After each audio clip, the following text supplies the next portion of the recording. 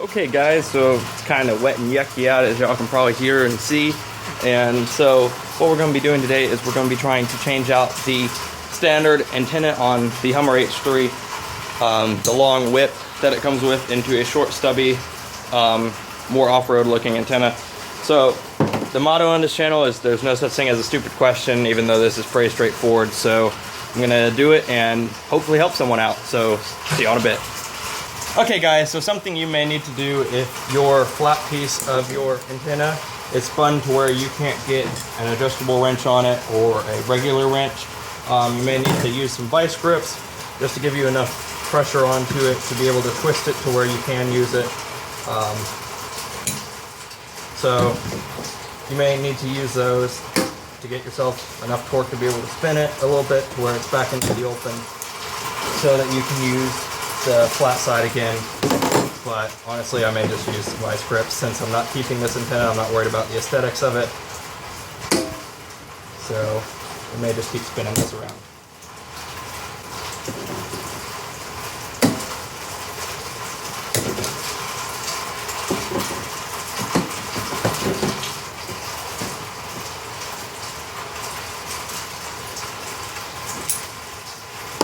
And you just want to go until it's finger tight, pretty much, and then you can undo it on your own.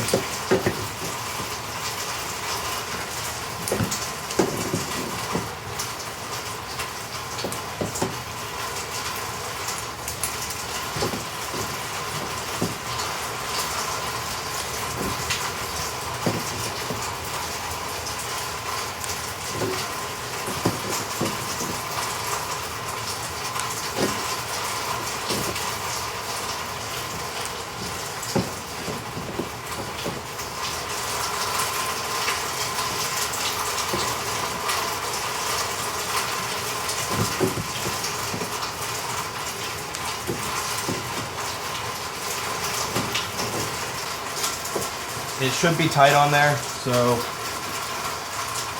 don't freak out if you're ripping some of the paint off and stuff. The antenna will still work. You may not have as great a reception if you start messing it up like I did, but it'll still work in case of an emergency. I don't know, you break this or something and you still want to listen to the radio, you'll still have your whip. But let's just get a look at the size difference between these two. Back up. They're just a world's difference, and the reason I wanted to change this one out is when you're going down the road, it just bends in the wind and stuff, and it makes a lot of noise. It doesn't look very aftermarket. It just kind of looks stock. So what we're going to do, we're going to change out for the short stubby one. Looks much more aggressive, much more nice, and it's quite simple installation. So let's get to it. Oh, something I left out. These have a pairing adapter. You need to read if the one that you're getting needs a pairing adapter for the Hummer H3. This one did need the adapter for it to fit. So that's also an important note.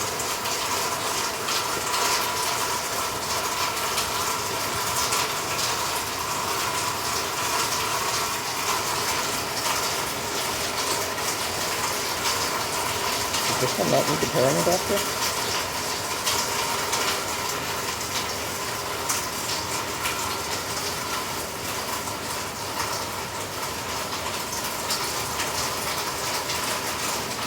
Yeah, it did. How big that was.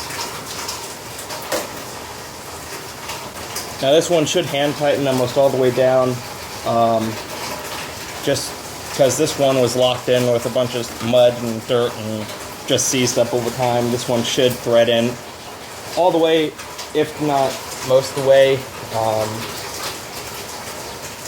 in by hand. It may get tight in there, but that's good. It means it's not going to fly out beyond the road.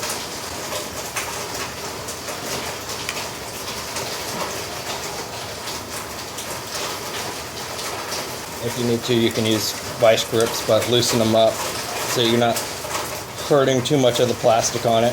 Obviously, you don't want to ruin your brand new thing we just got.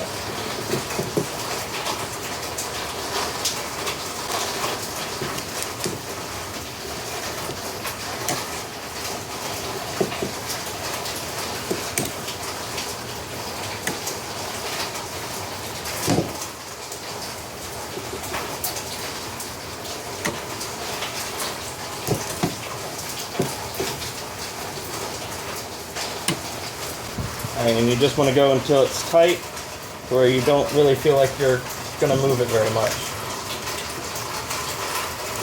And there you go. That's how you change out to a short little whip on your Hummer H3 or any other car actually, but this is how you change it on the Hummer. Looks much better than the OEM whip, in my opinion. So see you all in a bit. Thanks for watching.